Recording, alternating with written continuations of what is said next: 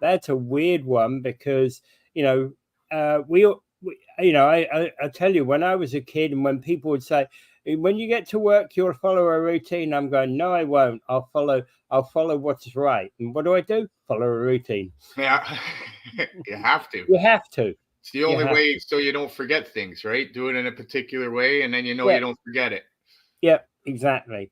Yeah, And it's like, yeah, what you don't want to do though is, you don't want to be as a routine from work to home. right. Travel or something like that. Because if you travel a particular route and you do it all the time, that's a possibility you could be kidnapped. Mind you, why the hell would anybody want to kidnap you or I? Maybe they want to stop us influencing the next local election. Yeah, Yeah. Yeah, like we can really do that. I don't know. I'm not standing again. I don't know about you. I can't give up my job. I can't. I can't give it up, man. Yeah. All right. So where we got to yesterday, what we didn't do yesterday, Ontario Land Tribunal dismissed a Crystal Beach's neighbourhood appeal against Fort Erie short-term rental bylaw. Did this one leave your head scratching a little bit? Yeah, I didn't understand it. But the land tribunal is a very Well, difficult thing, and it seems to be totally in favor of developers now. And even if you have a logical argument, it usually gets thrown out. the challenge here is Mayor Redicott was basically saying he provided an update to Fort Erie Town Council.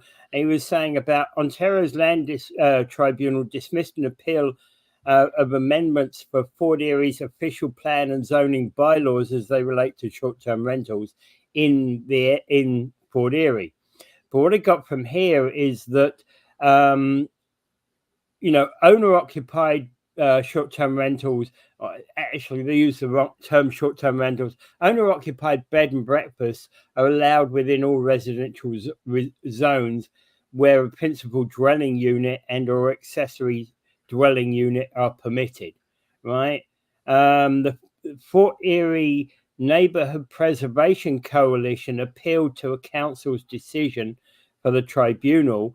And essentially, among other things, the Act actually states that individuals filing an appeal must either be the applicant in themselves or or own land affected by the decision.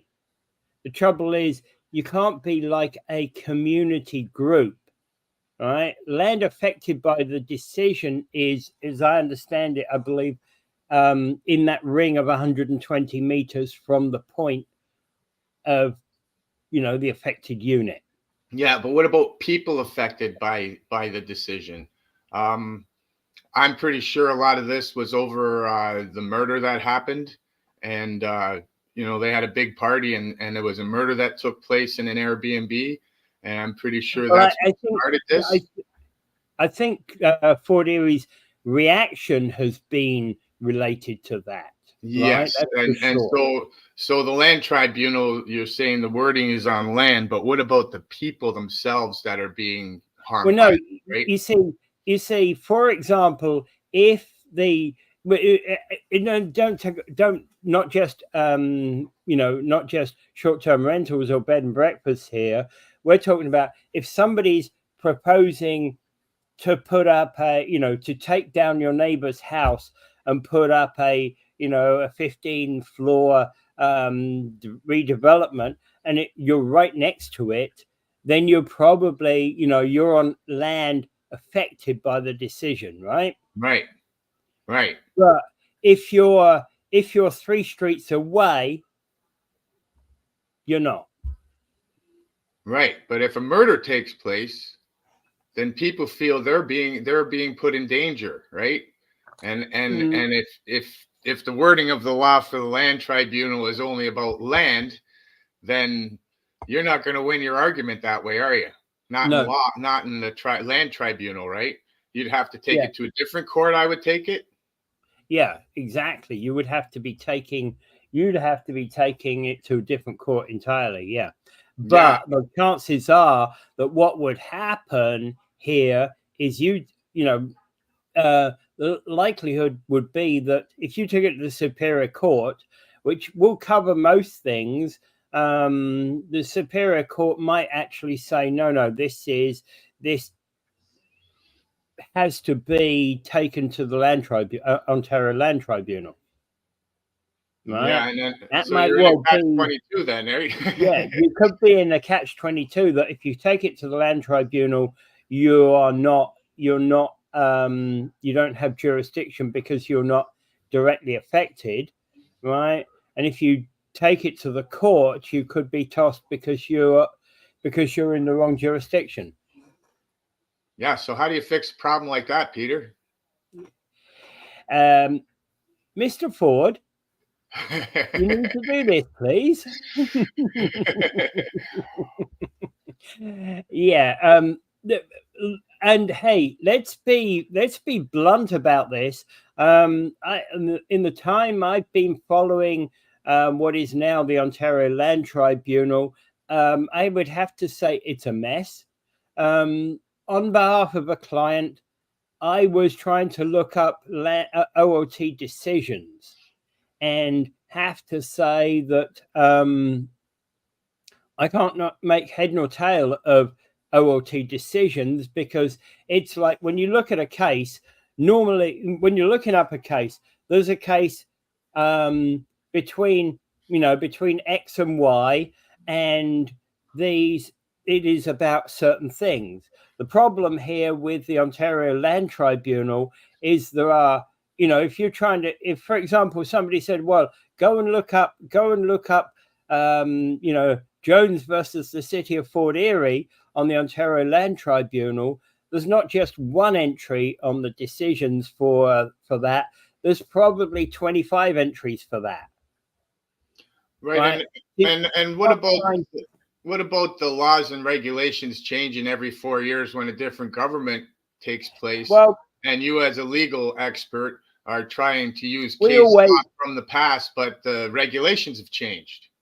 Well, regulations always change.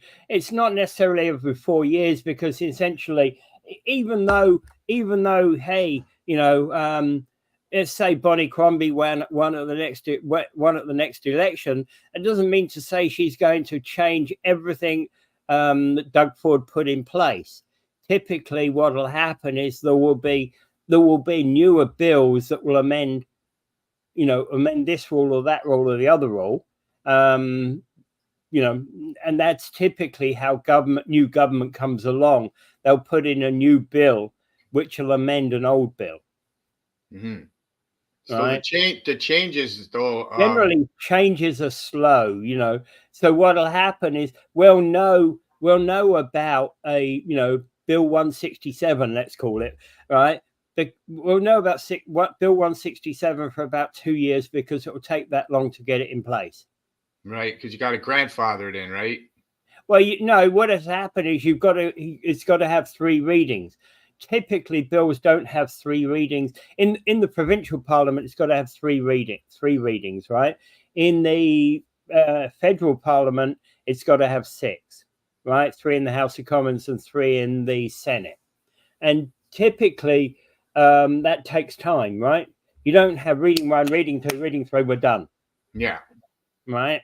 You don't do that, because there's a lot of stuff that has to go through committee, and committee is the point whereby they will generally meet with experts. Right. But I think where the problem lies with the Ontario Land Tribunal, the LPAT, and the other predecessors of that tribunal, is that they haven't, I don't think in my mind, they've really formulated what that tribunal is capable of doing and how it properly works. Because you go to the in most instances, when you go to the landlord and tenant board, you have your hearing, you present your case. If you're the tenant involved in the case and I'm representing you, I'd be asking questions and you'd be answering the questions, and the landlord will get their opportunity to ask you, and the landlord will put their viewpoint up in the same way, right? So there's a trial in that sense, right? It doesn't seem to be, well, whilst there is hearings like that in the OLT, there seems to be a lot of other stuff alongside it. Yeah, so, there's a real problem, it seems, with the Ontario Land Tribunal.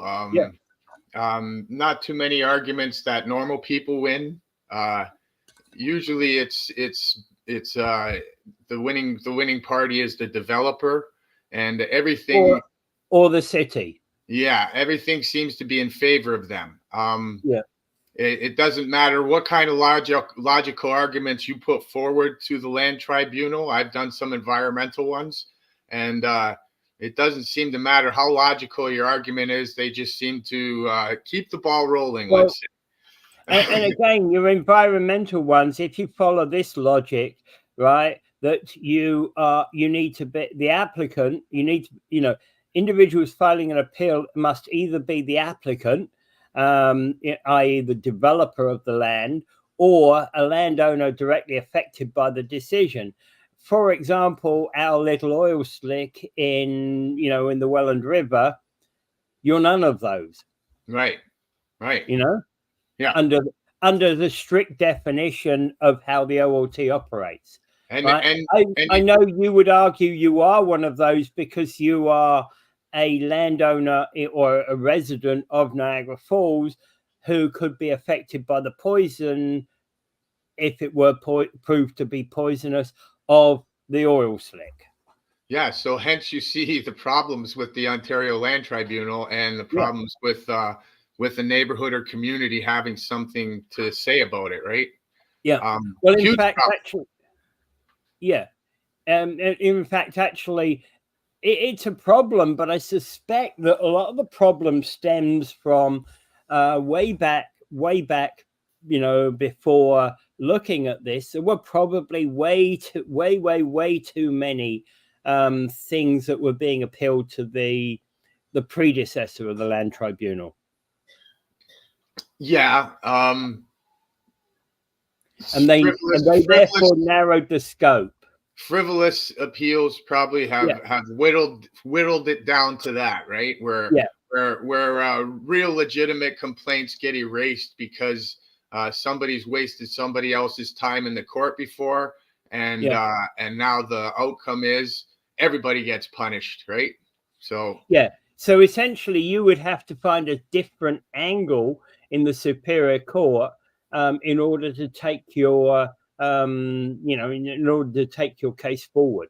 Pretty crazy. Who has the money for that as a regular citizen, right? Or the time? Because as well as I do, very time consuming, choosing the right words in a legal argument to make sure that you don't make a mistake with verbiage, right?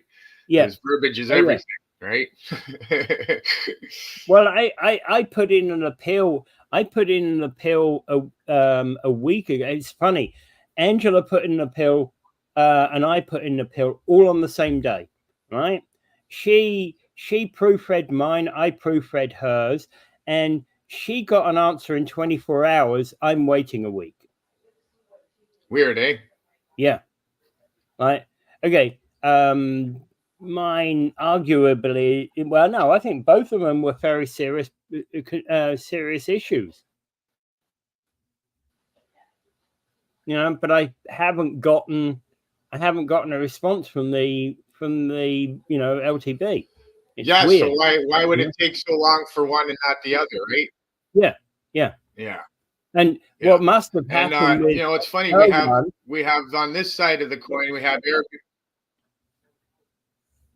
Sorry?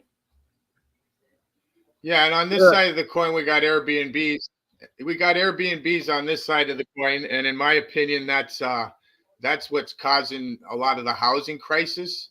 And then it seems that the answer to the government is to build apartments and stuff grant money's being granted to people to build apartments in their backyards, or build extensions onto your houses so you could have the elderly live there. It seems that the government's answer is the onus is going to be put on us to fix this housing crisis. Well, yeah, because what they're doing is they're saying, this new bill, cutting red, Bill 185 of the Cutting Red Tape to Build More Homes Act 2024. What a mouthful that is, right? Yeah. Basically, under that bill, which basically means that you can build, you can essentially, if you're built, well, like my house, I've got upstairs and I've got a basement, and essentially I could build a basement if my basement had an exterior door. I could basically set that up as an accessory dwelling unit. And hey, the other thing I could do with an accessory dwelling unit was convert my garage into something. Obviously, that would have to be legally, livable. Yeah, but that's what they're pushing, right? Yeah. That's the answer to the crisis. The Yeah. onus is on us. So now, if you, the old parents, don't want to move out of your house, let's make an apartment in the garage for you, and then your family could live in the house, right? That's the answer. The onus is on us to fix this housing crisis, not the government. I don't think this is a good idea. I don't think this is the answer. Well, actually, Chris Simone would probably argue that, in fact, it's not a bad thing to make that move, to have the grandparents move into the, modified garage and have the children take over the home. Well, I don't think it's a bad thing either, but for the government to use this as the answer to their screw ups is a big problem. So they'll do this and then keep the housing prices out of reach for everybody because that's the answer.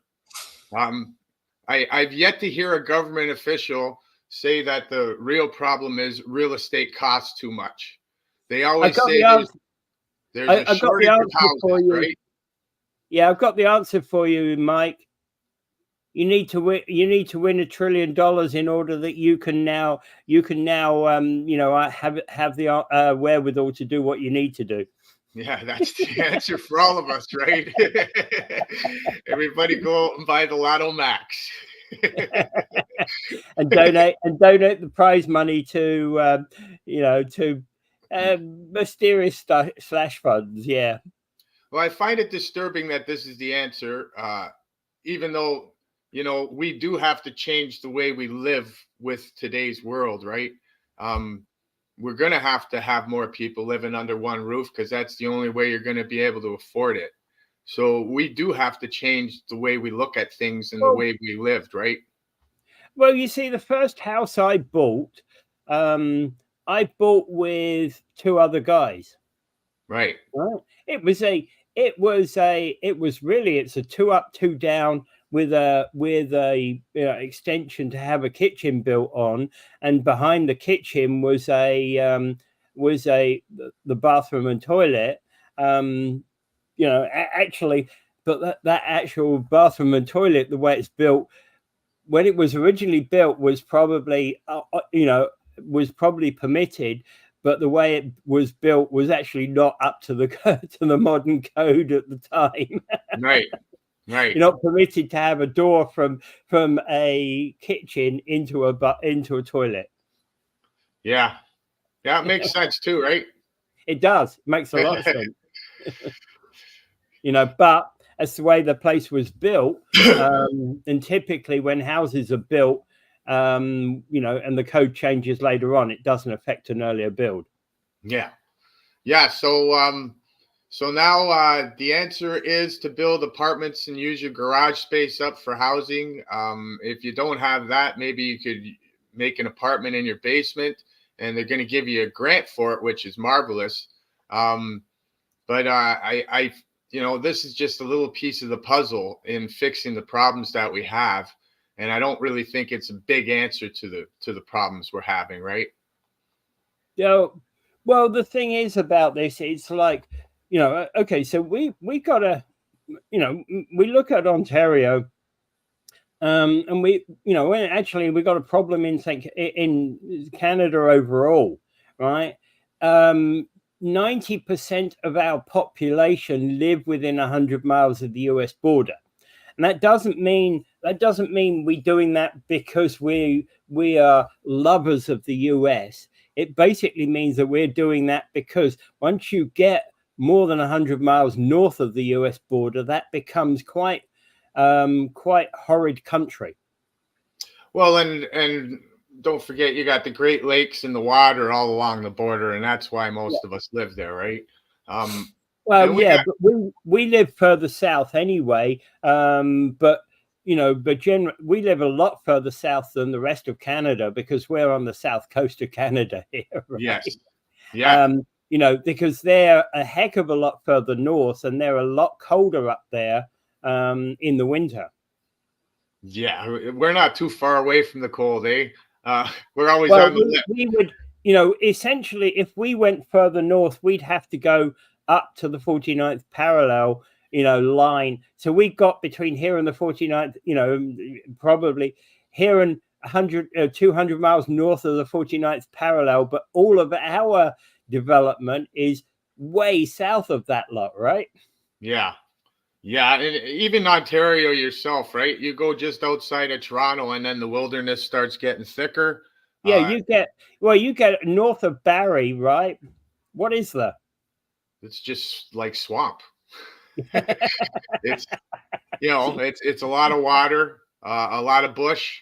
Not very easy to build housing on rock, right? So it isn't too far outside of Toronto, and it gets hard to build on, right? So Yeah. yeah, we're all there, and we can't change that. That's geography, that's water, that's most of the population lives around water. That's the way it is. But and then we have to, because in fact we live around water, not just in the modern day we might not actually need to live around water, but we do it more out of historical reasons, because we still need water anyway. We still need water supply for our houses, even if we're not taking a bucket down to the stream to get it, and that's a lot of the reason why towns are still built around water areas per se. All right, let's move on. Right. Yeah, I was just saying, we build our towns around water areas. But we don't actually need it in the modern world, because we get our water from the tap, don't we? We get our water from the pipe. So you don't have to be anywhere within 50 miles. We don't have to be even close to a river anymore, do we? But we are, because historically it makes sense. Yeah, and infrastructure and everything else. Like I said, once you get up near the Canadian Shield, there's a lot of rock there, right? Building on rock and doing construction on rock is not an easy task. Yeah. Imagine having to do all the plumbing in that, right? Like, it'd be a tough task, right? Well, especially when you've got to go over winter. Yeah, the cold weather comes into play too, and we know that once you get up near Alberta and along that parallel, that starts to get minus 22, minus 30 degrees in the winter, right? And that drives people away. People don't want to live in that, right? Yep. Yeah. All right. So moving on, a judge dismissed the court challenge to stop the Ontario Place redevelopment. Now, this is basically construction of Ontario Place can now continue following Ontario Superior Court of Justice decision to uphold the Rebuilding Ontario Place Act. The decision was made last Friday, and the legal challenge was basically saying that the act was unconstitutional. Yeah, and it didn't. The argument didn't work, did it? It's rare that you get unconstitutional through a court, right? They don't even like to touch that word Yeah, you know, and you know, it's a high bar to prove unconstitutional. Now, you know, don't get me wrong, there have been decisions that have been made that even in Canada that prove things unconstitutional, but usually it's fairly you know, it's fairly static law about how you prove something non-constitutional. Yeah, it's a strange argument. I guess they didn't want to go to the Ontario Land Tribunal, eh?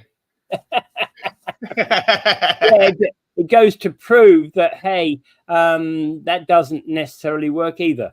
So I think they were thinking outside the box, thinking the Ontario Land Tribunal was going to rubber stamp this. So they brought it to the Supreme Court under a different argument, and it looks like it couldn't hold the water, right?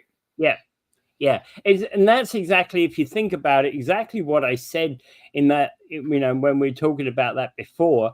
Ontario Land Tribunal has got very limited scope, and if you go elsewhere, you have to actually be very imaginative as to how you get it through the courts. Yeah, it was probably a shot in the dark more than anything, and a quick way to try and stop what was happening, right? Yeah. But it doesn't look like you're going to succeed, and it looks like Ford's going to win on this one, and he'll get to reward all his rich buddies again and move on. Well, it's Ontario Place. It seems to be the kind of all the public things in Ontario Place. Yeah, what a huge move that's going to be to move the science center there, right? Yeah, and you know, and yeah, we talked about the science center, but Ontario Place is kind of, I don't know. I think this could turn ugly. Yeah, and I think that's everybody's fear. Ontario Place has never been a big success, right? Yeah, and Never. I get it. I get it. Exactly that. And probably that's why Doug Ford is kind of saying, well, it hasn't been that great success, but maybe we can make it one. I believe you can. I believe, you know, the facility's not ugly or anything, and you got the water that goes all around it, and you Yeah. could make something nice out of that whole thing. You can make something functional out of that whole thing. The location is awesome. I don't know why somebody hasn't capitalized on that property to date. So yeah, I guess that's Doug Ford's way of trying to get good use out of something that's been a failure all this time, and I understand that. Uh, Moving the science center though is a biggie. Well, actually, moving anything to a new location is a big problem. Yeah, it's a tough thing to do and usually not successful, right? Yeah, and you know, with science centers, you know, with museums and the like, you've always got more underground than you've got overground, so to speak. And what I mean by that is, you know, the displays you've got are probably less than a tenth of the actual total stuff you've got. Yes. Yeah, it's incredible how many different things a museum has and how long it takes for them to put it on display as they do research on everything first and then put it on display. So it's, of course, the research that always takes so long because you want to be meticulous about everything. Oh, yeah. And then they have plans of the display when they get it to the museum, but you have to do the scientific research first, right? So yeah, there's huge amounts of things in the parts we don't see, and it's an incredible process that takes place in that building all day every day, right? So oh yeah, and the vast majority of people are not public facing. The vast majority of people are actually researchers down, you know, who are operating down in the basement. Yeah, so with that in mind, I don't know how the facility of Ontario Place is set up to hold all that. You know what I mean? Well, yeah, but even any kind of move like that, you'd actually you'd probably be building a brand new building in Ontario Place, right? I would think so, because you're going to have something separate for the storage and the research, right? Yeah, and and the building would have to have the, if your existing science center is 10 floors and 6 basements, then you're going to need probably 15 floors and 10 basements. Yeah, you always have more than you realize, right? Yeah. And the point being is that you have to trade up, don't you? Because you have to think of next year's, and the year after's discoveries that have to go in there. Yeah, they got to be way ahead of the wave, right? And and they have to have the space to do that, right? Yeah. That's my biggest concern in relation to Ontario Space and the Science Centre. It's already a pre-existing building. Just let it be. Yeah, I don't see how you justify the Science Center. That's going to be such a huge move, and the cost will be extraordinary. Yeah. So I don't know. I don't think he's thought through the cost of it. That's for sure. Yeah, that's the cost of moving that is going to be huge, and in the long run, they're probably going to need an extra building or two for what, like we said, for storage and research, right? Yeah. Yeah. So I don't know if you end up needing an extra building or two, is this going to be cost effective? Yeah. I don't know. I don't think so.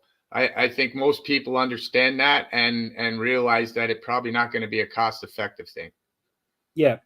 And essentially with museums, it doesn't matter what the museum is, whether you're talking about a science center or a fashion museum. The number of exhibits grow and grow and grow, right? All the time, exponentially, yes. Yeah. Yes. Yeah. And changes with the times, right? Sometimes absolutely. Yeah. And essentially when I just used, let's say, a fashion museum there, what will happen is, of course, your grandmother, when she dies, donates her, her wedding dress to the fashion museum, right? Because it's been seen as, her wedding dress was seen by some as being, the in thing at the time, right?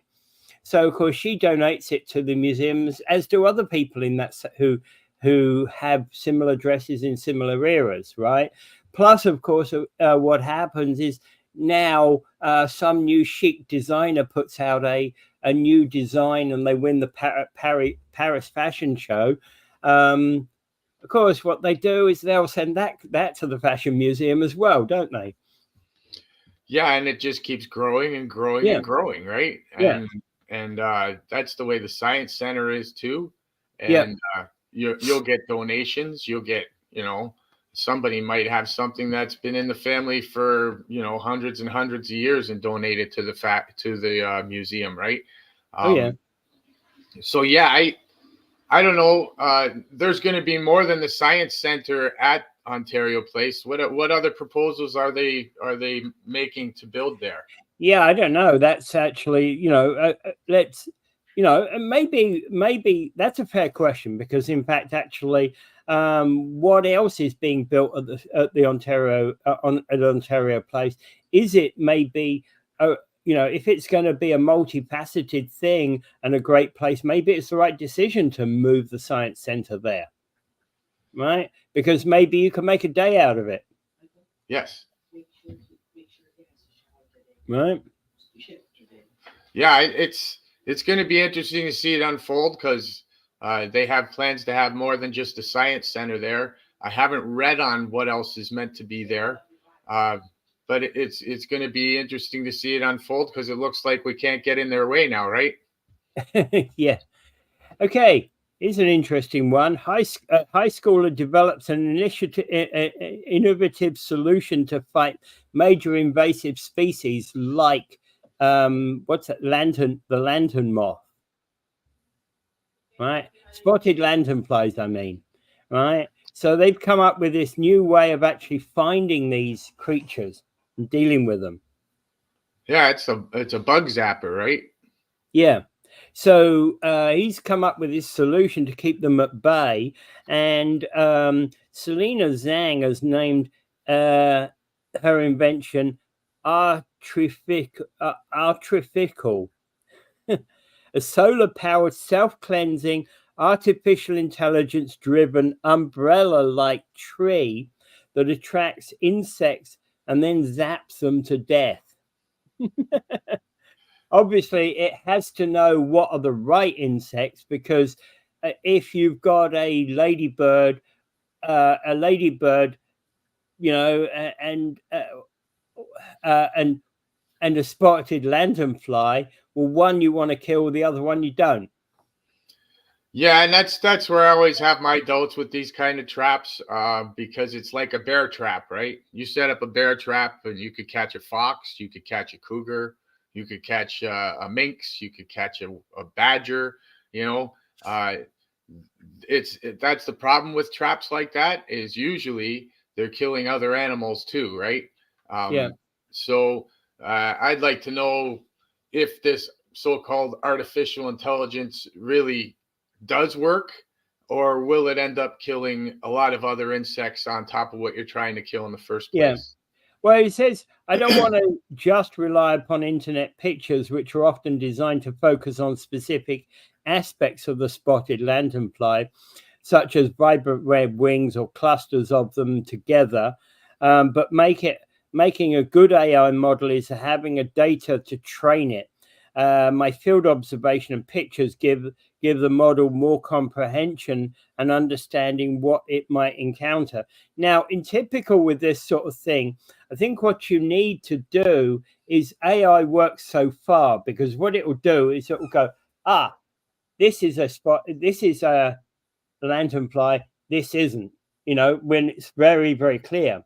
When you've got one that, let's say, you know, we know the lanternfly because it's supposedly got these black and orange shells to, you know, shells to the wings, right? When it folds its wings up, it's black and orange in a specific pattern. But let's say that you've got one member who's entirely black, because the orange, you know, whatever reason, it doesn't have orange pigment in it, right? Yeah. Would you miss that one? Right. Like an albino. Yeah, like exactly, like you know, an albino is still the species that it is, but we do have albinos, right? Yes. Yes. I wouldn't know what an albino lanternfly looked like. So I do believe, you know, we do have to come up with solutions of our man-made disasters. And we do have a lot of man-made disasters like this, where we let species in, and it destroys an ecosystem. So I applaud that. We have to come up with ideas outside the box to fix the problems that we've caused, and hopefully this works. But like I said before, this is like a bear trap, and it could trap. I fear that it could kill other insects that it's not intended to do. That's my only qualm about the whole thing. Yeah, and that's that. I think I share your concern about that one, And that's because it. Other than that, I think it's a great idea to try and tackle those issues, because our man-made disasters are usually just that. We can't fix them, when we walk away just with a disaster that we've created, right? Look at Australia and those toads, right? Australia and those toads, they had nothing that could kill them, and now they're overrun by them, right? We got the same problem with many different types of insects, where they've killed all the different types of trees. You know, white ash doesn't exist in Ontario anymore. It's destroyed by the Chinese fly, right? So our man-made disasters. Well, I lost an ash tree in our back garden, because it's like it's you know, we had to take it down because it was dangerous. Yeah, there's just certain things that we cause because of our arrogance, basically.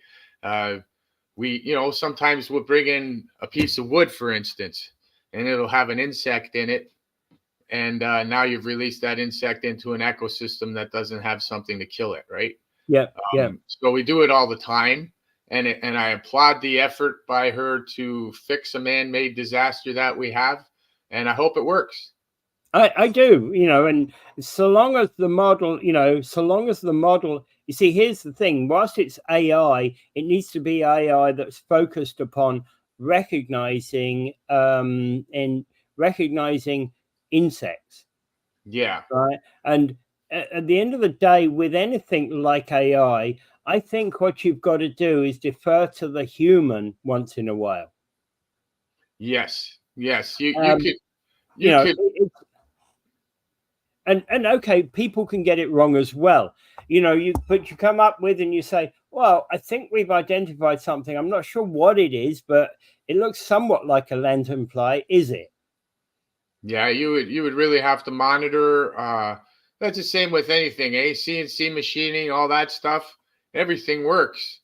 Everything works beautiful. But say a tool breaks, right? Yeah. So a tool breaks and it goes into the part you're making. Well, that machine doesn't recognize that, sends in the next tool, that breaks, sends in the next tool, that breaks. If the man's not there to pick it up, you're going to have every tool smashed in your machine, Yeah. right? So yes, there's always our minds that have to be there to make Well, sure and that we might, AI is working properly. yeah, and we might not spot the first of them, Correct. I but when mean, it goes, human error when is human yeah, error is the biggest problem. We know that, but well, you're yeah, going to have more than one person doing that, right?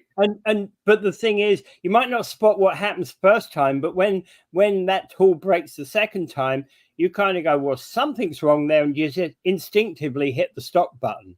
Right. Whereas the machine basically just goes replace, try, replace, try, replace, Yeah, try. it'll just keep going. Yeah, Yeah. it'll just keep going. Whereas a human basically, might not see the error at first, but is going to go, well, that broke, but it wants to do another one. No, no, no. Let's put a Well, stop and to don't this. forget Let's we're go talking about investigate. life, right? We're talking Yeah, about life and artificial intelligence deciding on life, right? yeah, So you yeah, need human intervention on that part, because a robot doesn't recognize life like we do, right? yeah.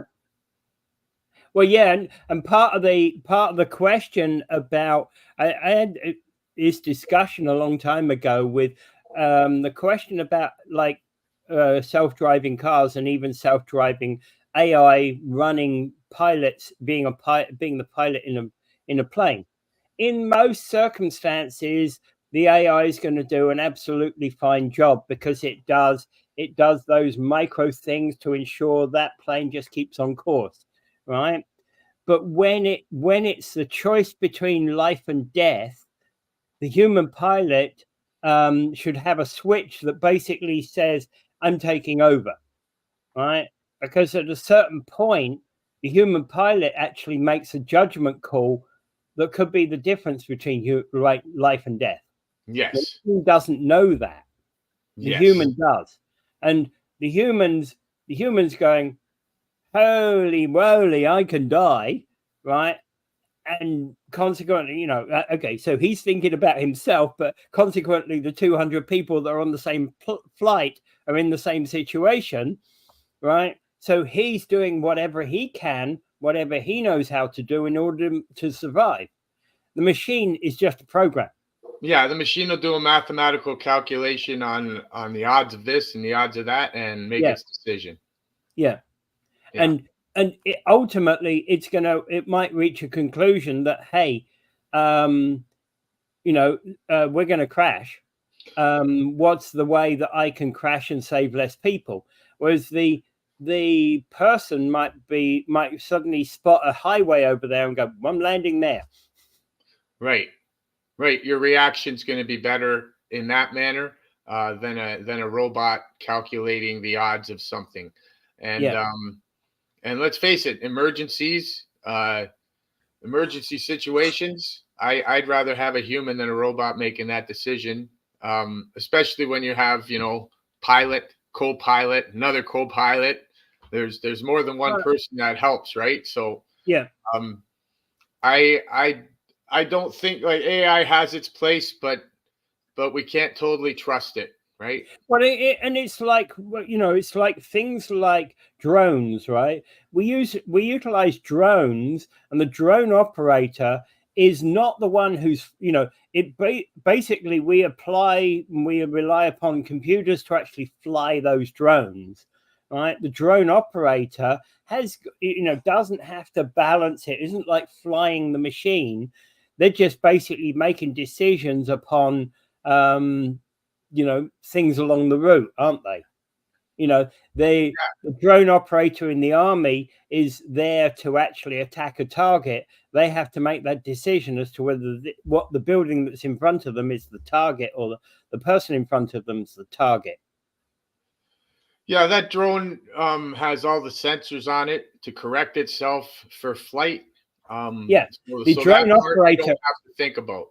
Yeah, the drone operator doesn't care about flight. How you get to the target zone. He probably doesn't even get in the chair until the drone is in the target zone, right? Yeah. So it's a lot of sensors doing the work, and then, like you said, you're the one that makes the decisions, right? Yeah. So yeah, even though the AI's flying the plane, you're the decision maker that tells it where to go. Yeah, and whether whether you've got the target, yes, no. Yeah. Right. And that's the same with this, right? Because spotted lanternflies definitely are a horrific thing, and we need to stop them, but we need to be sure that that's what they are. Yeah. And obviously it's intended to use in other uses as well, not just lanternflies. Sure. Once you learn how to use it for the lanternfly, you try and figure out the way to use it for different pests, right? Yeah, absolutely. And I'd rather the electric thing than pesticides, right? Oh, absolutely, I would. Yeah. That's another thing to look at. Like, well, it's like the old-fashioned mousetrap versus those electronic devices you can get to repel mice and insects, and things from your home. Yeah, if you get a frequency thing that's there, who's to say that frequency isn't harming you, right? Yeah, that's a possibility. The other thing is you could have a mouse trap or a rat trap, right? That snaps shut and kills the animal. Or you could have poison where the animal could end up in your walls and die there and stink it to high hell, right? Well, or with the poison, you can poison yourself. Yeah, or another animal for that matter, right? So and those like fly sprays that you pick up the thing and then you're pressing the button. Well, how harmful is that to you? Yes, you're breathing that for sure. Yeah. So yeah, I like that idea of electric instead of pesticides. I think it's something that needs to be investigated more for sure, because our dependency on chemicals has got to stop. Yeah. Okay. We were just talking in relation to Fort Erie, but in St. Catharines, they're proposing quadruple grants for accessory dwelling units, right?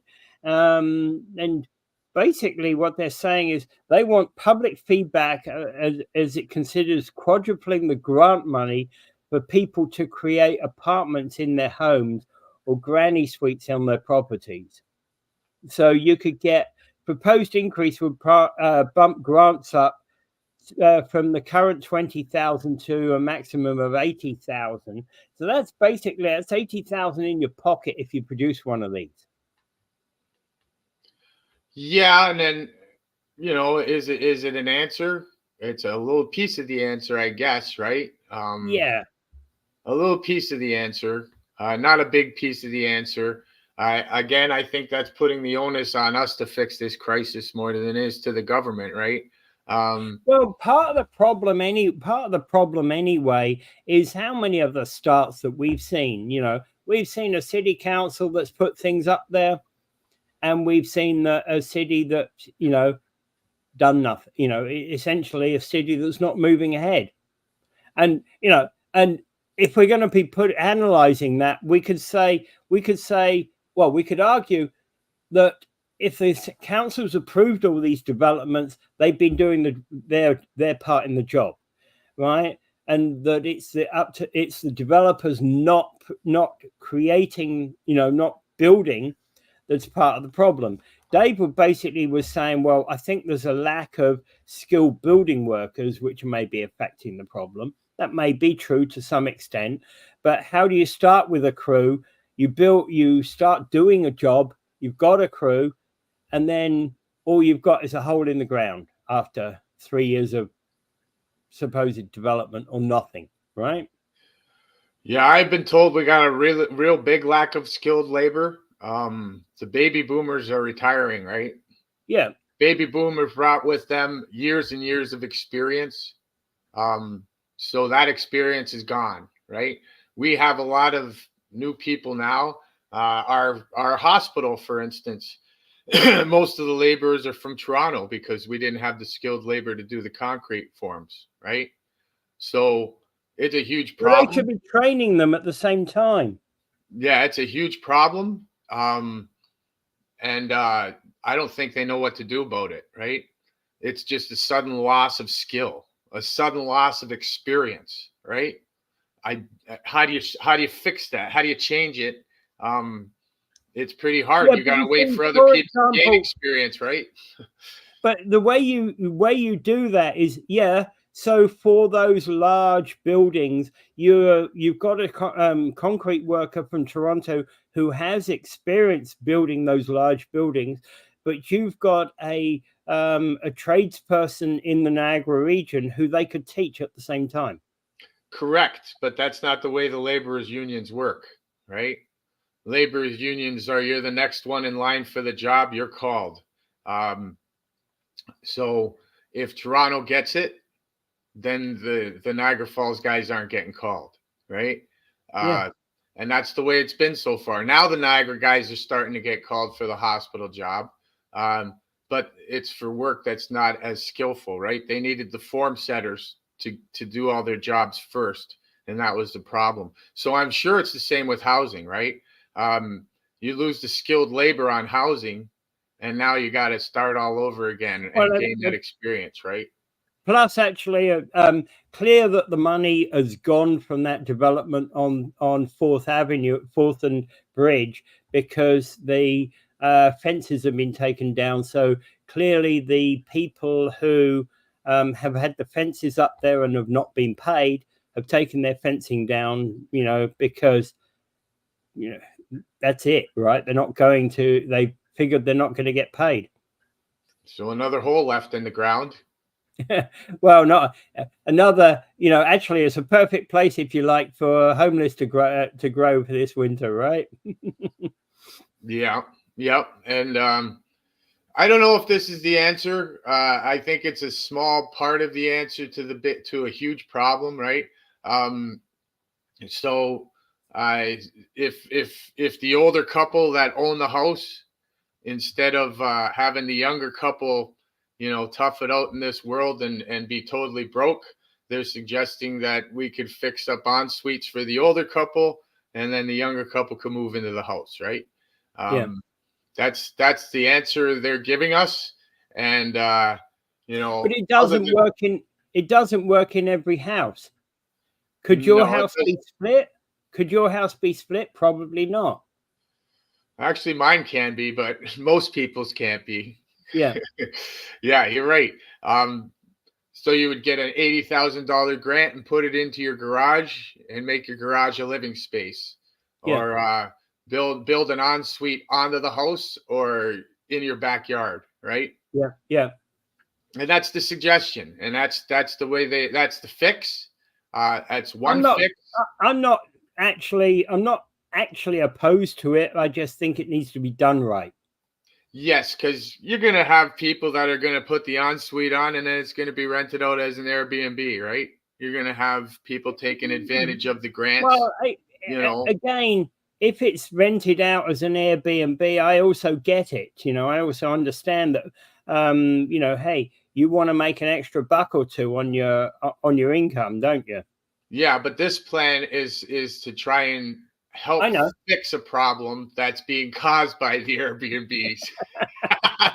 But it could be used. It could be used to make an Airbnb. So you could say, yeah, my parents are going to live in the ensuite, no problem. Then you build it, and then the parents pass away, or one parent passes away, the other parent goes to an old age home. Now you got an Airbnb, right?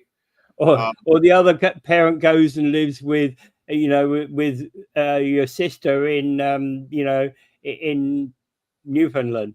So that's all I fear, is that the grant would be used for something like that, and then taxpayers' money is being used for that, right? Yeah. But other Well, than that, I don't have any problems with the idea. Yeah, that's always the problem with grants, though. And it's up to the city to make sure the right people get the grant, and that the work is done. See, the grant should be paid. Part of the issue here is, when does the grant get paid? Yeah, and we I start want to do it, but I don't have the money to do it. Give me the grant so I can. It's the wrong approach. Well, you're going to see a rubber stamper, because it's development and it's money going into the community, and you know what I mean? You're going to see a rubber stamp process on that, just because it's going to cause more money flow, right? Yeah. But we all know what's going to end up happening is some of the, it'll go out to people who really don't deserve it. That's the norm, right? That's the norm. And that I think is what riles people like you and I. Yeah, partial answers without thinking out the whole process. Yeah. And we know there's so many scammers in the world that they're just waiting for stuff like this, oh, right? Scammers. Unfortunately, we're full of scammers. We have people who just don't want, who are just basically, we'll take your money. Yes. We don't care. We'll take your money. Oh yeah, there's more of them than less of them, right? Yeah. Oh, it's a problem. We have we have too many people. For example, getting grants. I don't know. Was yours one of those homes where you could get the grant to have insulation in the home? Yes. Right. Yeah. We got that, but essentially it was applied the right way, because the government paid the insulation company. You had to get the insulation company. They had to apply for the grant. You had a massive box of paperwork to fill out, and they would come and do it. Right. So they'd get paid directly by the government. Well, yeah, because in that way you're not putting the money in your pocket, right? Yes, exactly. You wouldn't see that money. Yes. And it should be done that way, because you know as well as I do, if you say I'm fixing it myself, you're going to take a shortcut and put some extra money in your pocket. Yeah. And in fact, actually, you probably you don't have the experience that those guys have got, right? Yeah, and it ended up when remember they were talking about that, and they wanted the building to be sealed, right? And then ended up you're better off having some air coming in your house, right? They were sealing actually, it. You're not quite sealed even with them, because they go and put up insulation material around, even in the basement. You're not 100% sealed. No house ever is, right? It never can be. What was happening was they were sealing the envelope so tight that all the chemicals and dust that comes from your other things were getting trapped in the houses. People were getting sick from that, right? So they had to rethink the envelope thing on sealing the envelope so tight that no air is getting in and no air is getting out. Even with the insulation, I feel, for example, our windows, in a bad winter storm, when it's throwing in a particular direction, I can stick my hand next to the window and boy, it freezes up in a matter of seconds, right? Yeah, I feel a little draft coming in a certain spot, right? Yeah. But the wind, in order for that to happen, the wind has to be in precisely the right direction. Right. 9 times out of 10, or 99 times, 90 days of winter, for example, you get one day when the wind is actually in the right direction of freezing you up. Yeah. So the only problem I see with this idea that they have is, you're getting more cars per household. You're filling up your property with all housing. You know what I mean? There's not going to be any yard left. You got no yard, yeah. Right. So you're going to eat up all your yard. So the whole property is going to be housing, right? Yeah. And then we could end up with parking problems too. That's the only thing I could see with this, right? Yeah, but okay, so yeah, so and again, actually exactly that. So you turn your garage into an accessory dwelling unit, and your garage is basically you know, you've taken away a spot for the car. But Yeah. hey, who puts their car in the garage anymore? Most people leave it outside. Right. But Right? still, Because, it's a factor that has to be taken into consideration when you're talking about cities expanding like they are. yeah. Yeah, exactly. You know. So it'll be interesting to see if this is an answer at all to this. I hope it is.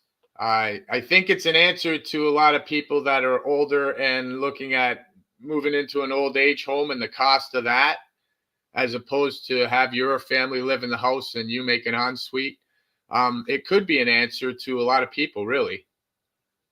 Yeah, and again, you know, again, use of attics and things like that.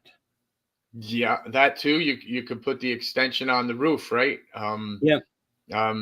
Make Well, a that's it. Putting extensions on the roof is a bit more complicated because is your house rated for another level up there?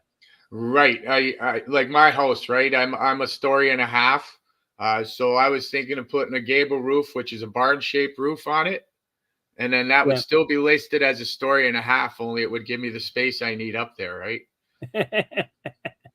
Yeah, but again, you see, again, you know, mine's a brick house. Well, when I say mine's a brick house, yeah, mine's a 30s brick house, so it's more likely to be mainly brick, as opposed to these modern houses that are actually wooden houses with brick just surrounding them, right? Right. Is your house rated for another level? That's a, you know, that's an interesting question in and of itself. Yeah, you would have to get an engineer to look at the structure and see if you would have to beef up downstairs and Yeah. beef up the base of your house if you were going to do that. Of course, everything's got to be done through engineering. Yeah, and you see, hey, one thing I'd love to be able to do is to you know, is to basically take my entire roof and shove it up by basically, let's say, 2 foot. Build an extra 2 foot Yeah, around the top of the roof in order that I can have a nice livable space up there that gives me wider access to the edges of the, you know, edges of the house. yeah, that's how my attic is. It's 5 feet at the peak, and Yeah. all I need is that barn shaped roof to give an extra foot and a half, and it would be perfect. Yeah.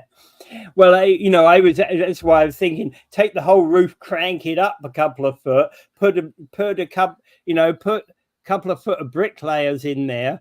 Not that you'd find any bricks that match my my house, but still. And then you can kind of lower the roof back onto it and rebolt it back together, you know, put it all back together. But then your attic, actually, you get wide, you know, whereas what happens is the attic is not a bad space in and of itself, but it's cramped at the sides, right? Yeah. So my question is, if you put on these en suites in your garage, or you put an extra ensuite in your backyard, what's that going to do to your taxes to your house? Fair question. Yep. I didn't read any answer to that. Are your taxes going to go up? Yep. Um, I believe they will. You have Yep. more living space being taken up, right? Oh yeah. So that's something you'd have to look into if you're going to follow this grand scheme. Is how much is it going to cost you in the long run for taxes? Yeah. And in fact, it probably will, because I think when it comes to, you know, you create so you get it, you duplex it by having a separate basement, right? You so you've got an accessory dwelling unit in the basement. You then convert your garage. So now you've got 3 units on a property. When it comes to selling the property, are you selling individual units or are you selling a 3-unit property? Yeah, it's a whole door opened up, isn't it? Yeah. That's a question I don't know the answer to. Yeah, so every time you open up a door, you have to look at what other doors it opens, right? Yeah. So hopefully this isn't going to be something that's going to hurt people in the long run, right? You end up paying way more taxes on your property, and the whole idea was saving money in the first place. Is it going to end up costing you? Yeah. All right. And and absolutely, I don't know what the question is, but hey, I think we're fraught with difficulties when you do things like quadrupling the grants available. I think what you have to do is you have to kind of quadruple the amount of inspection you do as to whether you're going to give that money out. And actually, who gets that money is an important point, because hey, I'm deciding, and you think about it, I'm perfectly valid person to be doing an ADU if I decide I'm going to do that on my property, right? Right. Because the law basically states it either has to be a trained professional or the homeowner. Right. Right. Therefore, how do so I can get this whole thing done for 80 grand and pocket a little bit if I do it myself, right? Yeah, it's a sticky thing, and something that's definitely going to come up. So we'll have to see how this unfolds, because there's, like we said, you open one door and many other doors open up, right? So hopefully they've looked at this closely instead of just rushed it. We're talking about a city council, St. Catharines City Council. How closely do they really look at it? That's what I'm getting at. I think this is a rush job, just I to try to do. keep up with the times and keep up with the problems, right? Yeah, and I know that Matt Cisco is trying to deal with some of these accessory dwelling unit problems, and I know the will is there in St. Catharines, because I've got a client who's trying to get through this nightmare. Yeah, and let's face it, we have a lot of older people living in houses that young people want, right? Well, at the end of the day, though, the thing is, at the end of the day, the house you live in is the house you live in, right? It's not somebody else's, right? So if I've got a 6-bedroom house or a 4-bedroom house or a 5-bedroom house, so a family of 5 may want to move in there. Tough luck, it's mine. Yeah, but that's a situation we're in, right? And I know myself, I'm not going to sell my house because I'm never going to live cheaper. With rent at $2,500 a month, I'm happy paying, what I pay to live where I live, right? I'll never sell because of that. The cost of rent right now, I couldn't afford it. Yeah. So why would I sell the house I'm living in and paying way less, right? And in fact, actually, if you sold the house you're living in, you might realize more than you ever have done. But what new house could you buy? Yeah, you end up with a bigger mortgage and higher bills. Yeah. So you're better off. There's a certain, unless suddenly, unless I'm offering you twice what your house is worth, it really isn't worthwhile moving, is it? Right. So the government's kind of stuck, right? So you got an old couple that had a great big house because they had a big family. Everybody's moved out, and the old couple can't afford to sell their house and move out. Oh, absolutely not. So now that big house is just being wasted because of the way the financial situation is in today's world. But again, that big house will come into play at some future time. Sure. Right. Sure. Because in fact, you take that situation, they have a 4-bedroom house, they're using 1 bedroom, and only a quarter of the house anyway, but yet when they die in 20 years time, that house, and their children say, no, we don't want that house, the house goes back on the market. Yeah, but we're in the now, and we're in an emergency situation, and that's that extra 20 years is really harsh, right? Yeah. And it's nobody's fault. It's not the people's fault that live at the house. It's just the way the situation. Unlike you though, I'm not going to sell my house. No. I might Airbnb a room or 2 or something like that. But can't afford to sell it. Yeah, but I'm not going to sell it. No, I'm never going to live cheaper. Why am I going to sell my house? Yeah. Well, in fact, actually, that's the interesting thing about it is, probably the only way I would be selling my house is if I'm moving away. Yes. Yeah. Same here. And the point being is that, my house when I bought it was good value. Right. What I could get. I had an intention of putting mine into 2-bedroom apartments, and then I was going to use that to buy my next house. But when the real estate went through the roof, I ended up with a bigger mortgage and bigger costs. When I did that, I just ended up staying where I am, and that's where I'm going to stay. Yeah, exactly. I've told my neighbors, I hope you like me because I'm here forever. Yeah, the trouble is you have to then tell it for all incoming neighbors, don't you? Hey, I'm Mike the Monster. You better like me, or else.